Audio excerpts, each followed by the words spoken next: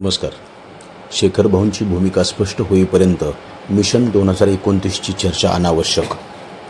सातारा सांगली विधान परिषद निवडणुकीच्या पार्श्वभूमीवर विविध राजकीय चर्चा रंगत असताना काही ठिकाणी मिशन 29च्या नावाने सुरू झालेल्या चर्चांना वेग आला आहे.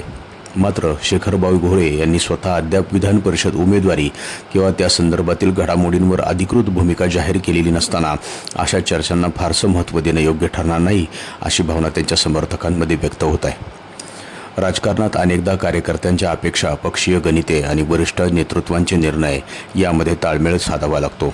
त्यामुळे एखाद्या निर्णयामागील सर्व बाजू समोर येण्यापूर्वी निष्कर्ष काढणे घाईचे ठरू शकते.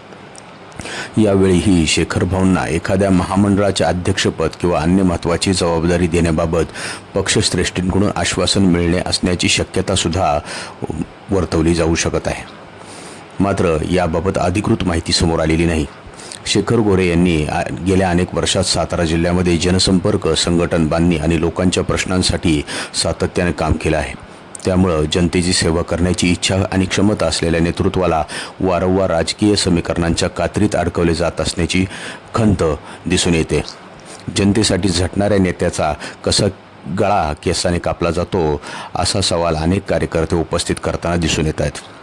त्यांच्या मते शेखर भाऊंना कोणतेही पद मिळो किंवा न मिळो, त्यांनी केले कामाचे मूल्यमापन जनतेच्या मनात आधीच स्थान करून बसलेले आहे.